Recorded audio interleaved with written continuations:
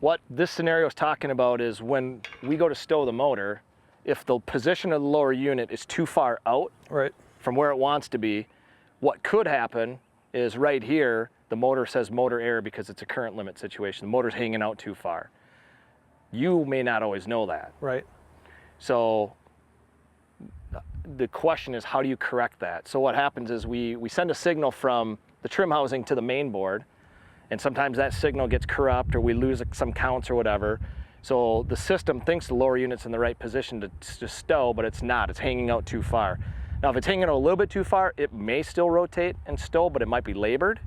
If it's too far out, so let's say the lower unit's way down here, it may rotate to this position, stop, you're gonna get the audible tone, and the remote's gonna say motor error. Okay. So in a case like that, you may not understand that the lower unit's too far out.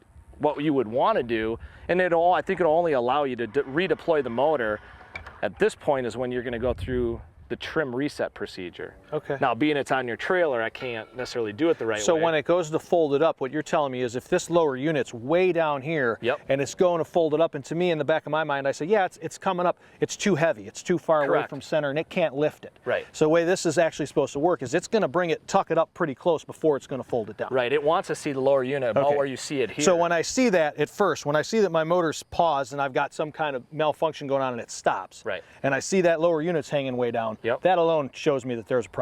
Right. It needs to come up close before it folds. Right, and most likely you'll get a motor error on the screen of your remote saying, and it'll stop, and you'll get the audible tone. So then I got to reset it. Yeah, so what you're going to want to do is reset what essentially is the zero position. And to do that, you want to deploy the motor like I have it here.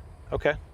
You're going to want to hit the power button 3 times. Deploy it even if it's way down in the water? Yeah, just even if it's way down in the water. Okay. You mean turn it off and on and off again, or what do you mean? No, to do the trim reset procedure, you're going to want to do it with the power already on, and I'm going to hit the power button 3 times quickly. Oh, just tap it? Yep. And what it's going to do is it's going to go through a trim reset procedure. The lower unit here is going to come up. This collar is going to make contact right here. Okay. And it's going to come back down automatically. To this distance? To about this distance. Right. And then what happens is the system is reset. Right. What you're doing is you're reestablishing the 0 point of where the motor wants to stow, wants to rotate back. Okay.